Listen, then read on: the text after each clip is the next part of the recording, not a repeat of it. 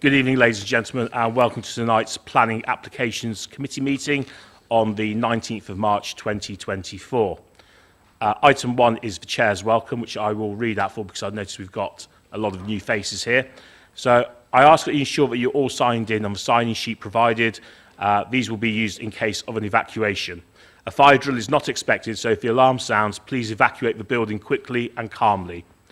Please use the stairs and do not use the lifts. Once out of the building, please gather outside the Lloyds Bank building on the opposite side of the road. Exit by the door by which you entered the room or by the fire exits, which are clearly indicated by the standard green fire exit signs. If you need any assistance in evacuating the building, please make yourself known to a member of staff. This meeting is being recorded for future publication on the Council's website.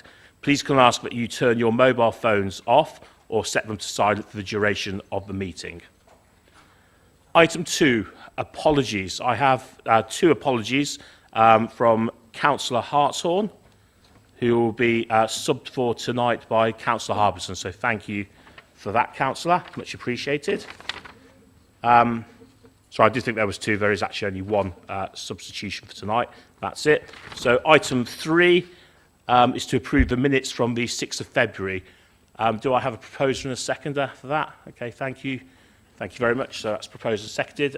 Any abstentions? Am I okay to go ahead and recommend those? Councillor Shepherd. You weren't at the meeting. Okay, thank you. I'll sign those off then.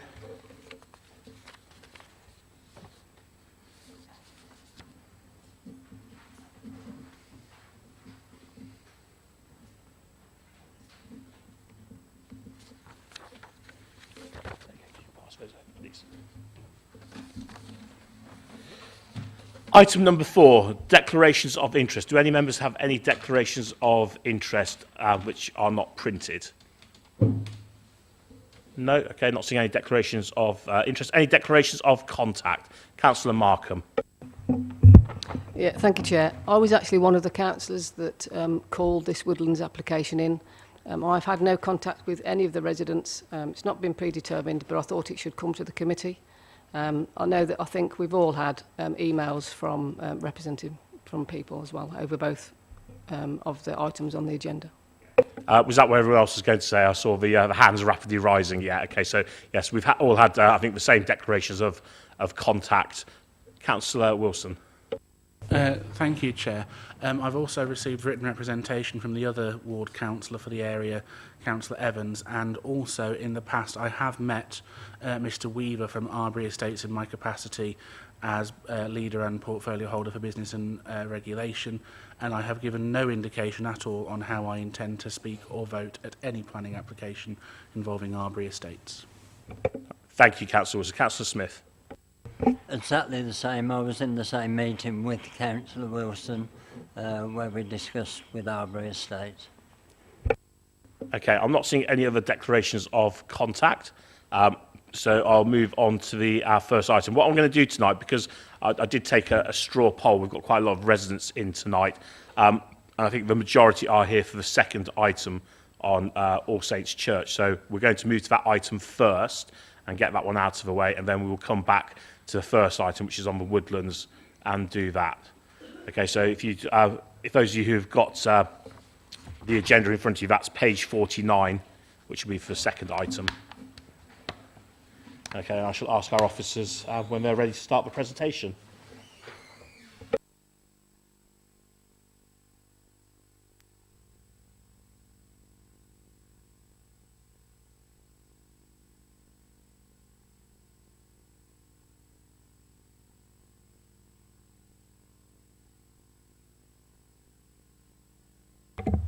Thank you, Chair.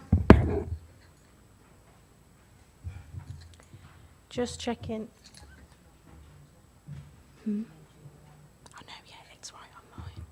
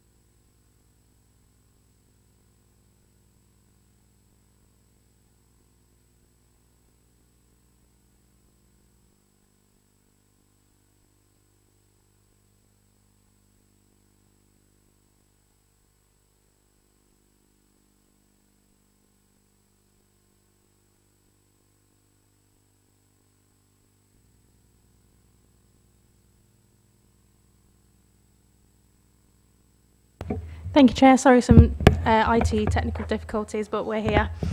Okay, thank you. This is item 2 for the installation of solar panels to the lower roof on the south aisle of All Saints Church, High Street in Bedworth. The key issues with this application are the principle of the development, the impact on heritage and visual amenity, and the impact on residential amenity. So first of all Saints Church is a Grade 2 star listed building, and it is also located within the Bedworth Conservation Area. The proposed solar panels will be placed on the south aisle roof slope, which would obscure most of the roof and the tiles. Guidance on low carbon heating methods is contained within the Borough Plan Policy BE2, and paragraphs 160 and 164 of the MPPF states that when determining planning applications, local planning authorities should give significant weight to the need to support energy efficiency and low carbon heating improvements to existing buildings.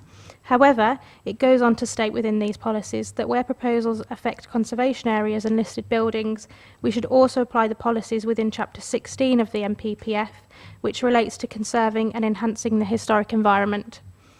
In summary, whilst the Council supports the principle of solar panels, given the listed status of the building and its location within the conservation area, and the impact on the historic environment must first be given due consideration.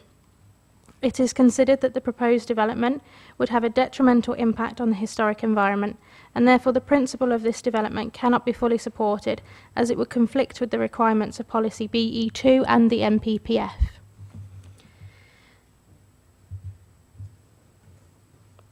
Policy BE4 of the Borough Plan states that developments which sustain and enhance the borough's heritage assets will be approved.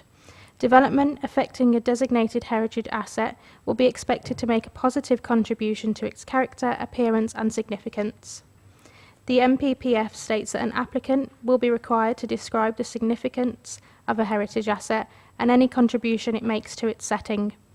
All Saints Church was granted Grade 2 star listed status in 1949, with the original West Tower dated circa 14th to 15th century, and the remainder of the church constructed between 1888 and 1890. In addition, as per the Bedworth Conservation Area appraisal, the church is described as the focal point of the town, and therefore the church has a very high significance.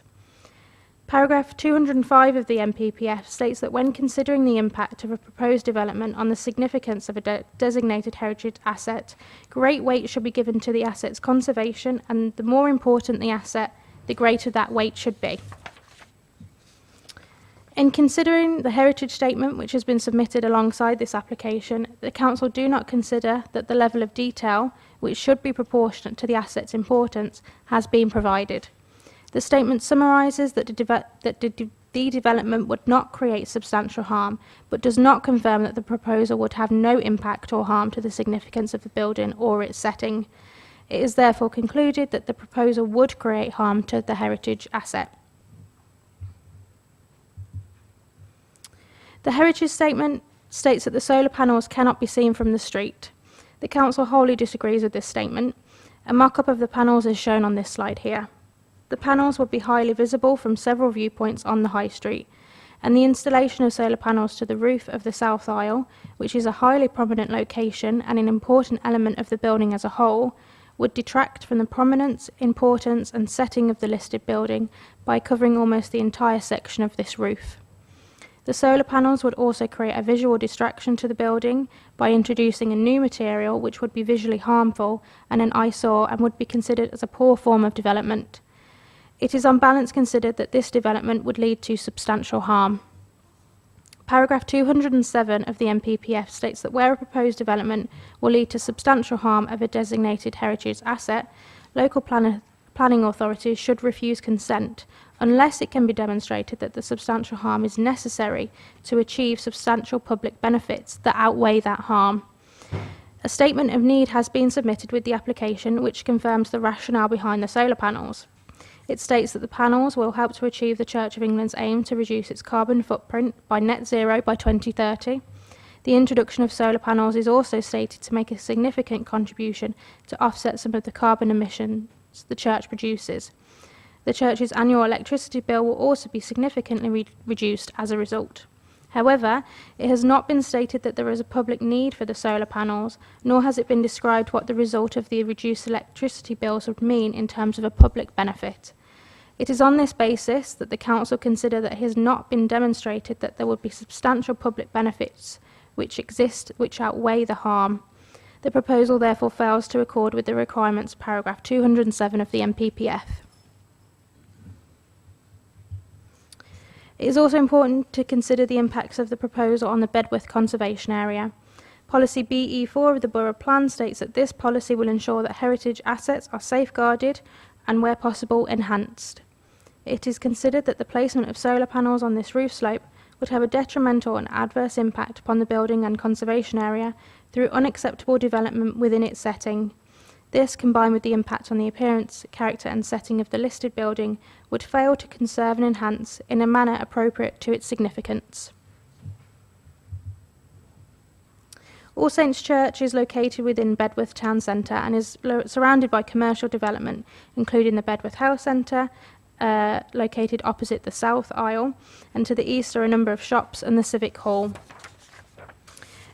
It is not considered that the proposal would have any detrimental impact on residential amenity. In conclusion, although the Council do support in principle energy efficiency and low carbon heating improvements to existing buildings, in this case it is considered that great weight should be given to the importance of the listed building and its setting in the Bedworth conservation area. It is considered that it has not been fully demonstrated that the development has been fully assessed and the significance of the asset being provided. It is concluded that the building is of great significance and great weight should therefore be given to its conservation.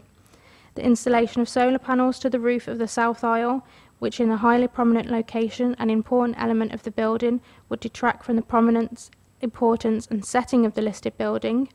The installation of solar panels would therefore result in substantial harm to the building and its setting. It has also not been demonstrated that there would be any public benefits which exist which would outweigh this harm, and the MPPF does confirm that in such cases local authorities should refuse consent. Furthermore, the development would result in harm to the significance of the conservation area through unacceptable development within its setting and would fail to safeguard or enhance a focal building within the conservation area. This, combined with the impact on the appearance, character and setting of the listed building, would fail to conserve and enhance in a manner appropriate to its significance, and for these reasons the recommendation is one of refusal. Thank you. Thank you very much for that. I now have several speakers on this item, so I'll start with the first on my list, which is Councillor Coventry Morton. So, Councillor, you have your 3 minutes when you're ready.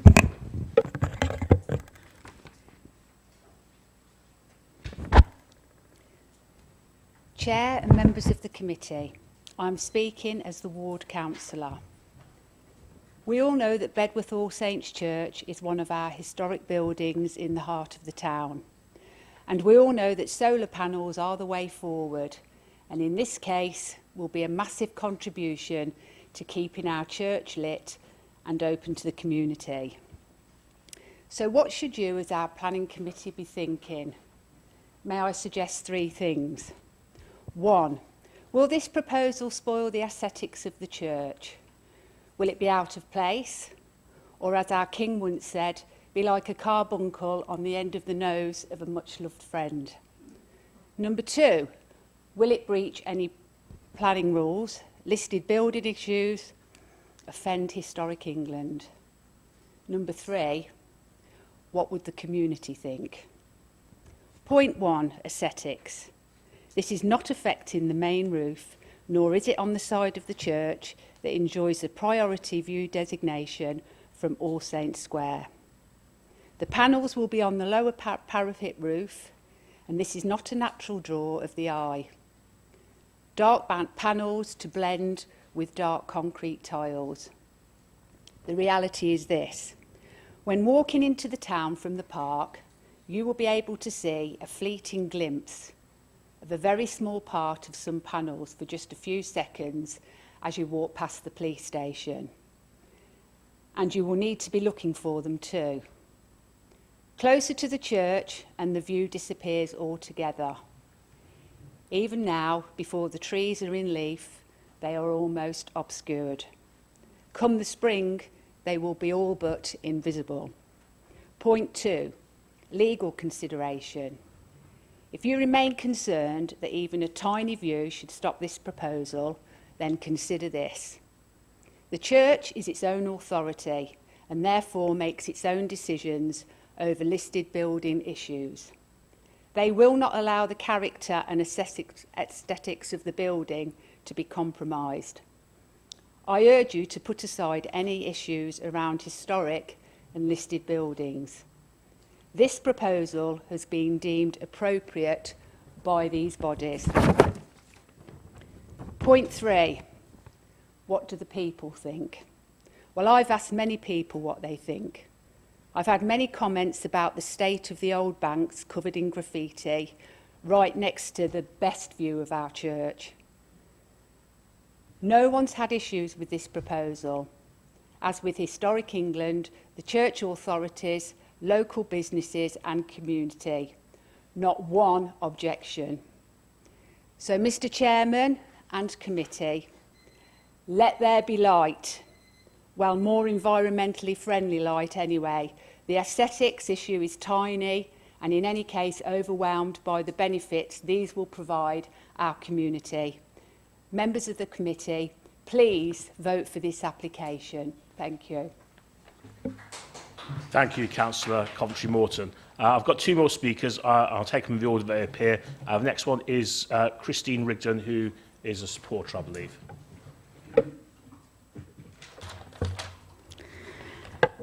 Thank you, Chair, Committee and friends. The Church of England seeks both to reach net zero by 2030 and also support the long-term viability and survival of their many beautiful historic buildings. A selection of listed churches with solar installations is included in the front page of your handout, such as King's College, Cambridge Chapel and York Minster. All these churches will have been evaluated against the same national planning framework as you're considering today. I'd like to clarify some points for you concerning our request.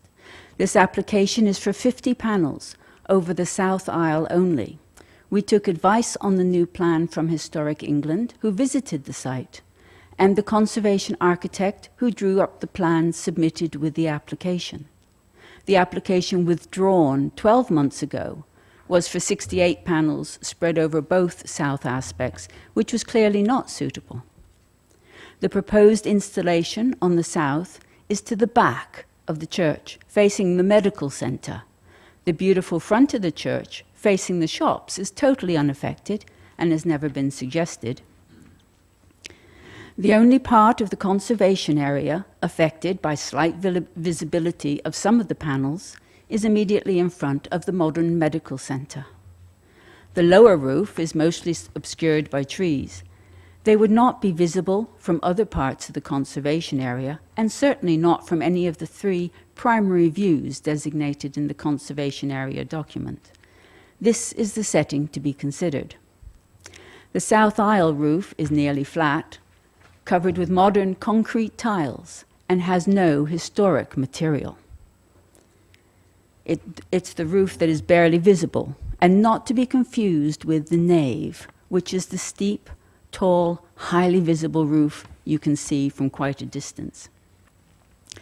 The selected panels are a discrete, plain black with black edging and are completely removable without trace at the end of their useful life.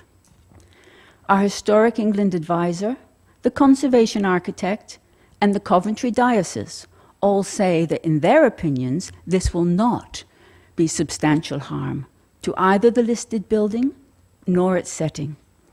Please help us make a difference to protect both our future and that of our church heritage. Thank you. Thank you very much. Can I just ask members if there's any points of clarification they require? Okay, no, I'm not seeing anyone. So I'll go on to our third speaker then, and that's the Reverend David Pulteney. All Saints has been in the centre of Bedworth since the 1300s, and for most of that time it's been used only for worship. Following the sale of the hall and the internal conversion in the year 2000, the church has been increasingly used by the community. There are now over 600 people each week using that space. In fact, today, well over 1,000 children have been through the church. Youth work is increasing at the moment. We currently run 5 sessions per week, but more will increase after Easter. We run weekly warm hubs, community lunches for the lonely and isolated, dementia cafes, and much more beside. There isn't a day when the building isn't in use.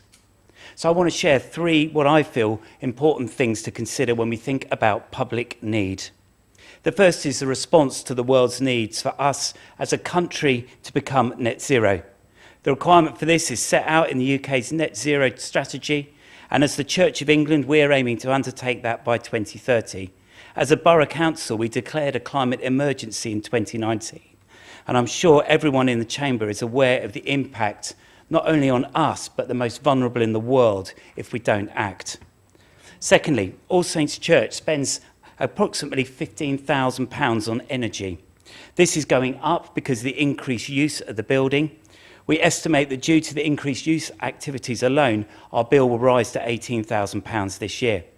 The installation of PV panels and batteries will see our energy use drop by costing by over £5,000 a year. A total over the guaranteed minimum lifespan of the panels of £155,000. This saving will be passed on to the public benefit by the provision of more community activities, the greater use of the space for youth work.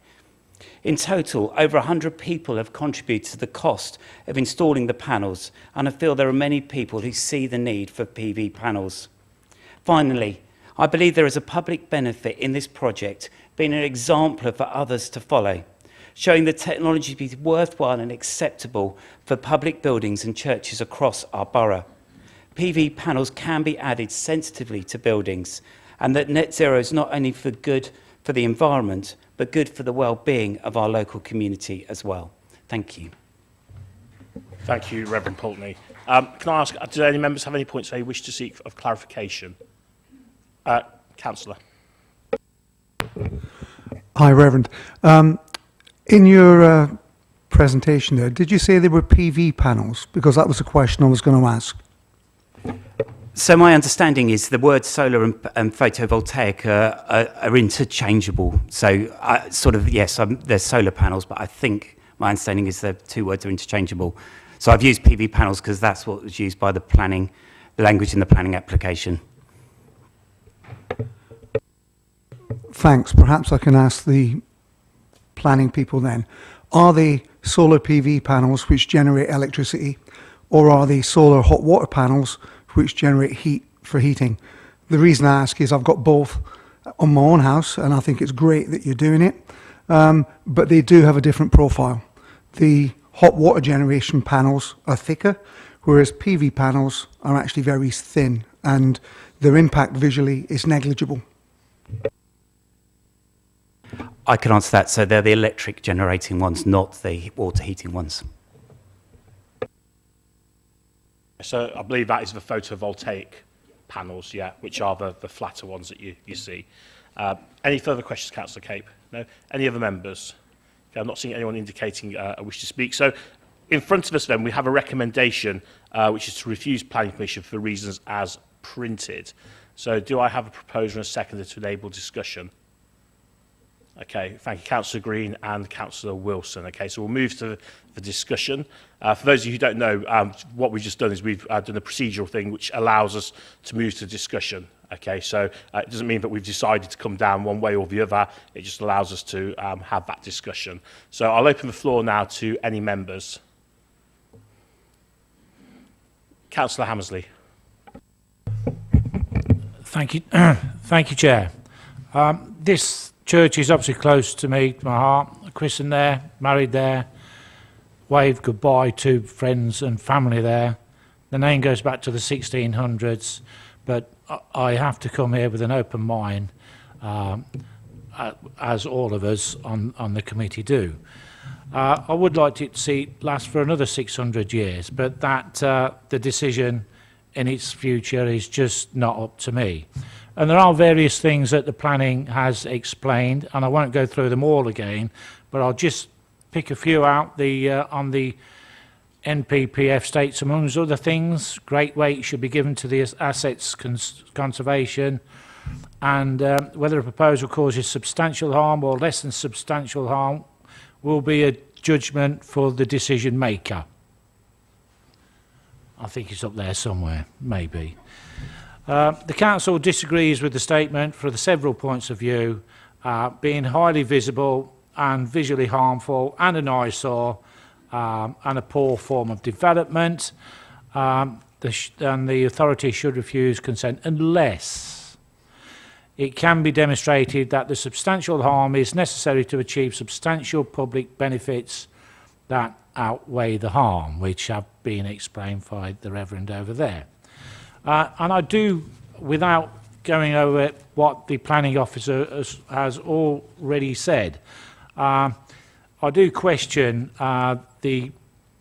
just some of the words are being visually obtrusive and no public benefit and an eyesore, which has been laid down. I have been to the church, and at the rear, it does show you distances and eye levels, what you can and can't see. So I personally went, measured it out, had a look. The trees are there, but planning would probably say yes, but trees could be chopped down and not be there. So again, at 20 metres, I wouldn't see. 50 metres or 35, I probably would just see the top over the castellations. But trees in full leaf, probably won't. I probably barely see the church, let alone the panels on the roof. So again, I do ask, in these times, the carbon footprint, etc., which we are all worried about, our damaging the earth, etc., etc. So, and then the conservation area, I do question, although again the planning have to work within the guidelines that they have in front of them. You know, the planning people are normal people. We don't shout at them. We don't hit them with a big stick. They say it as it is with their guidelines. So, but the conservation area, for me, and the senior popular people behind, that we would dearly love to have back what the previous administration bulldozed. And next to the church was the Central Boys' School, where our fathers were taught by, these people would know, Mr. Tompkins and the Clay Downs. That's gone. It's now the health centre. The lovely red brick council building, the council offices, that's gone. It's now, well, an unattractive police station. The Zion Church and Cemetery, that's gone. The Lion Pub, that's gone. The row of shops of the old Alf England's, Orchard Venison, I think it was, all gone. Spitalfields alleyways and the houses, all gone. No car park. The Co-op, a 1925s building, still there. Councillor Hammersley, although I am enjoying this trip I down will memory get lane on. and hearing I all will this, jump I on think a there's few. got to be a point in here somewhere. Yes, Thank you. I will jump on. I'll miss a few. They're gone. But what would we sooner see? A church that, because it cannot financially support itself, then be boarded up. The lead would be gone, the bells would be gone, the windows stone, probably set fire to and be a pile of burnt bricks. I don't want to see that. In the last 10 years, 3,500 churches have gone up and down the country. So I really would like the church to survive, and this being part of their survival with solar panels and saving their energy, saving the world, saving the church. So I really won't go against this. I will, go against the refusal of the planning permission. And that's enough from me. Thank you, Chair. Thank you, Councillor Hammersley. Do I have any other speakers? Councillor Harbison and Councillor Cape. Thank you, Chair.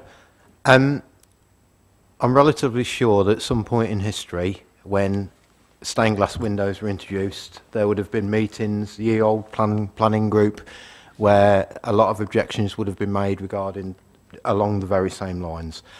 I completely understand in terms of the aesthetic. I was trying to find the quote where something ugly has no value, and I can't remember who said it or when it was said.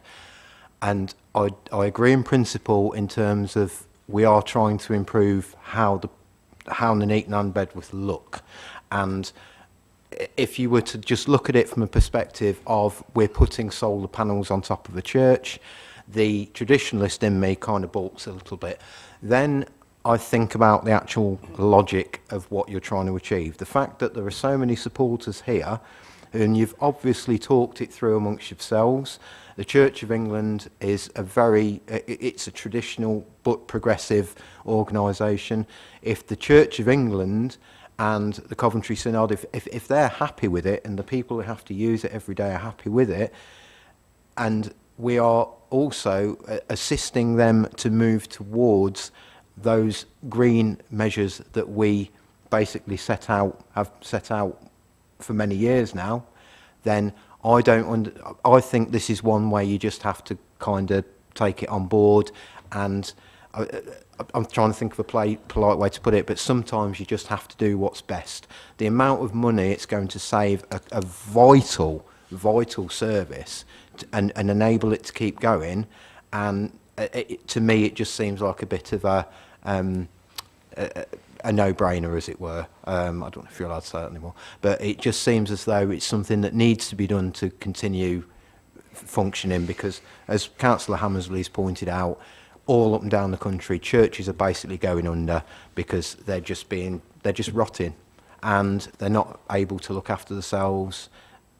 It would be a shame to see a beautiful old medieval church follow along the same path because of somebody not liking how it looks. Thank you. Thank you, Councillor Harbison. Councillor Cape. As I mentioned earlier, I was an early adopter of solar panels myself. The reason I say that is you become interested in what you take notice of. So I take notice in walking around Camp Hill where I live, and if I see new solar panels, I go, okay, yeah, solar panels, it's a new thing, they're up there. However, it seems to me that the angle of the roof that they're going to be put on at this church is very slight. It's almost a flat roof. And people would get used to it. So for me, I don't think that the aesthetics are going to be substantially damaged, and the financial offsetting which the church is going to have, which might enable it to continue and get all the groups in to support it, I think do outweigh what for me seems to be a minor aesthetic. Thank you, Councillor Cape. Any other speakers?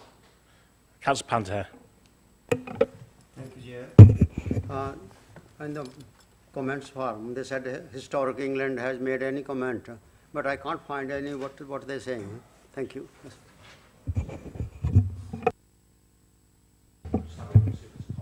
Yeah, we did consult with them. Their response was very, very brief, which was basically they just had no comments to make at all and referred to national guidance. It's not clear what they said, On this form, I can't see whatever they said, negative or positive, what type of comments they made. Thank you. Yeah.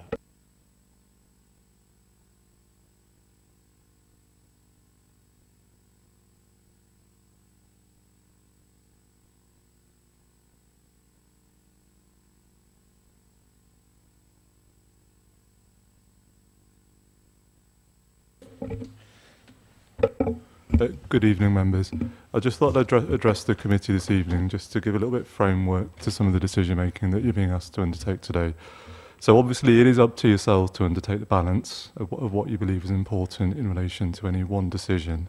However, in this particular context, what I want you to do is think in terms of the framework that's been put in front of you by officers. So the only other thing that I'd add to what officers have told you is there is a general duty in Section 66 of the Planning and Conservation Areas Listed Buildings Act 1990, which basically states you must have special regard to the impact on any one particular listed building. I'm only telling you that because you need to be aware of it when you're making your decision. And in this particular context, when you're talking about balance, it's quite crucial to effectively determine whether you believe there's substantial harm or not less than substantial harm in relation to the listed building, because that's crucial in where you go and how you make your decisions at that point. Your officer's advice is there is substantial harm, which basically means you could only ever grant this if you believe there was a substantial public benefit from granting it. If you believe there's less substantial harm, you still have to prove the benefit, but the hurdle is slightly lower. So those are the relevant considerations, and obviously you have a very complete and thorough report in relation to, you know, assessing certain elements of this application. But when you're determining what you're going to do today, just think of it within the correct legal framework, because it will just make the decision not open to any challenge in the future. Thank you. Okay, thank you. Councillor Wilson. Thank you, Chair. I suspect I may be in a minority on this, but I'm generally not in favour of this. I believe fundamentally, if a building has been listed, there is a reason why a building has been listed. And Councillor Hammersley, in his great historic tour of Bedworth from his childhood, has indicated actually quite well that there are a number of buildings that people would like to have seen, and I'm sure we can identify a number across the borough and across the country which have gone, and indeed there are buildings locally where people have tried to have them listed, some for good reasons, some for bad reasons, and they haven't succeeded. So the fact that we actually have a grade 2-star listed building in the borough is quite a significant achievement. I think there are very few actually within the borough which are actually listed on a national basis, Chair. And I have to say that just because something may be popular with a section of the public, over 14 years of experience in this chamber, Chair, just because something is publicly popular, it doesn't necessarily mean it is legally doable. The two are completely separate. One may say that because it's publicly popular, it should be legal. Well, you know, hanging at one point was publicly popular. It's no longer legal. You know, things change. And sometimes the law finds itself on the opposite side of public opinion. And that makes our job as councillors increasingly difficult. We also have to separate out, and I'm not doubting what the Reverend and his supporters are saying about all the good works that go on with the community groups. No one is doubting that whatsoever. But, as the legal advisor has, in my view, correctly set out, we have to separate all that good work from the planning regime. We are sitting here in a quasi-judicial state. Whatever we might think about what is going on there, that is to an extent separate. But I can see which way the wind is blowing on the committee, Chair. So what I would particularly like to know is, if the committee is minded to approve, what conditions are we going to attach? Because I would still have significant reservations about approving something where I haven't seen a set of conditions for that approval. Now, I think in the past, and I'm sure Maria will correct me if I'm wrong, that we have seen some solar panel, I think it might have even been on the solar panel farm, so it's not directly applicable, but it's a similar story where they had to, at the end, put the state back to what it was.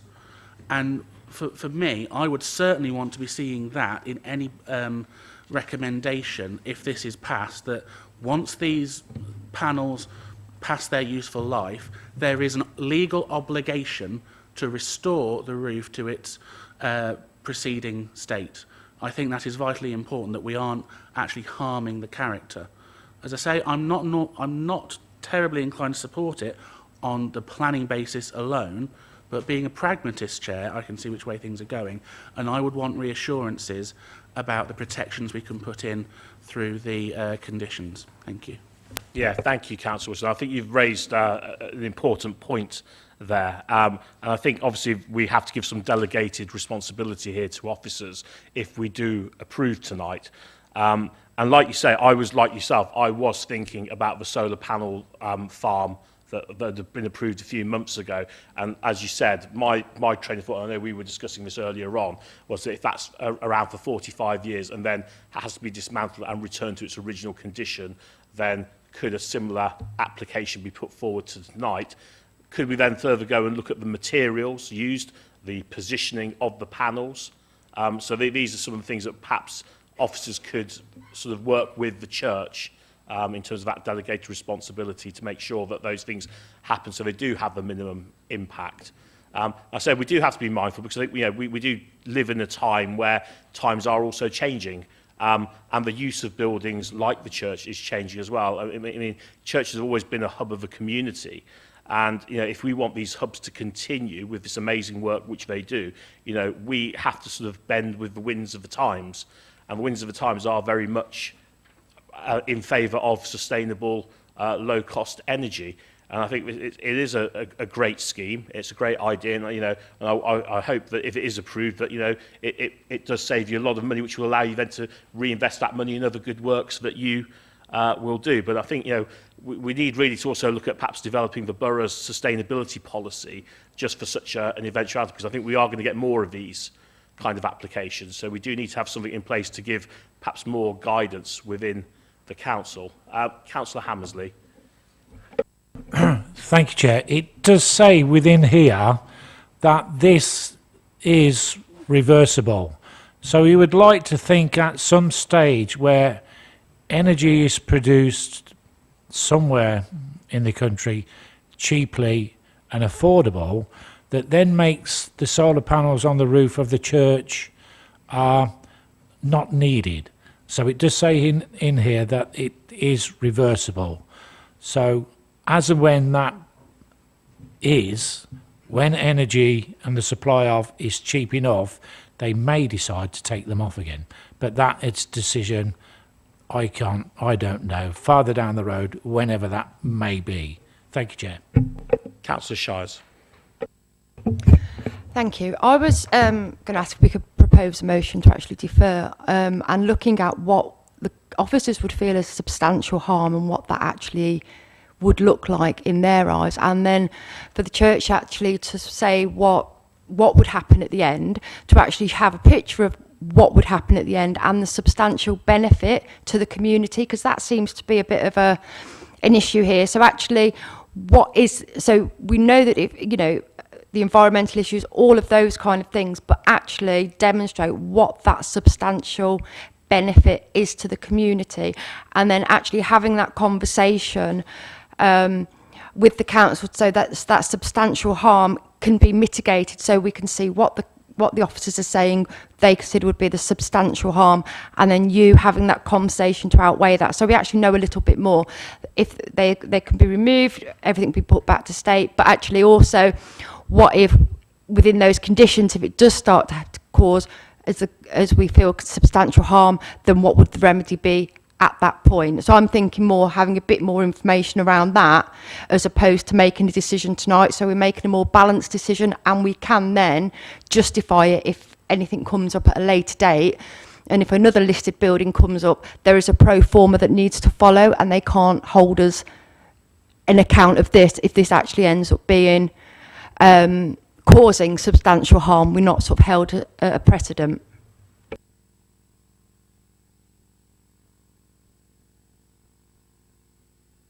No, I think, as you said, the key thing is the substantial harm, not substantial harm, and the weight of public benefits. And obviously, if members feel that they haven't got enough information in terms of what's in front of them in the report and what they've heard, then yes, but obviously there is information there, as we've heard, that you might feel you've got enough to make a decision on tonight, so I'll leave that with you. But that is the key point. It is about, as the lawyer said, about is it substantial harm? Is it not substantial harm?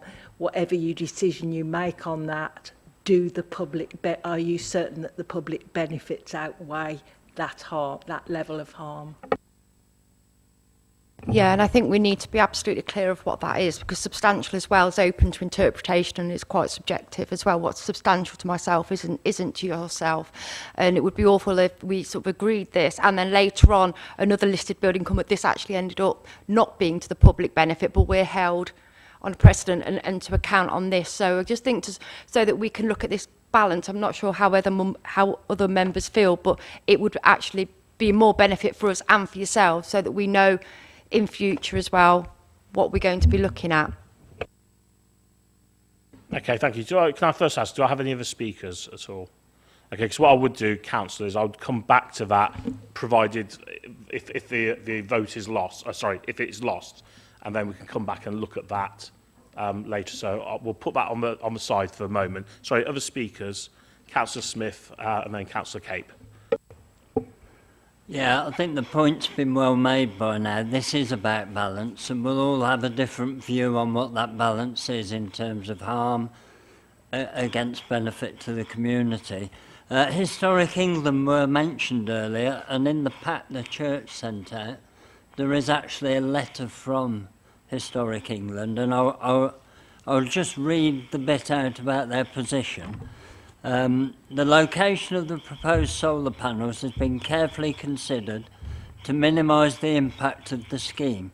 The harm will be towards the lower end of less than substantial harm, with a slightly higher impact on the church than on the conservation area. We would not oppose the installation of the solar panels as proposed either through the church, faculty system or the secular planning system. So they do have a view, and Historic England are custodians, as the church are, of many of these listed buildings, and if that's their opinion, I'm happy to take that as reading on the low end of harm.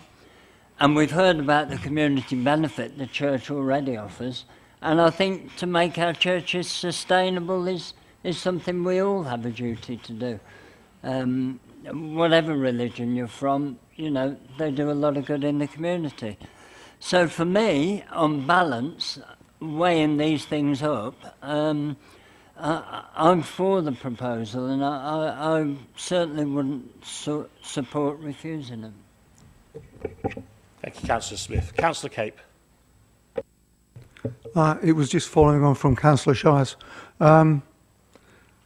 Is the planning law case law? Because in the past I've been told that every planning application has to be taken on its own individual merit. So I would just like some clarity on that, because it's my belief that it cannot be used as a case.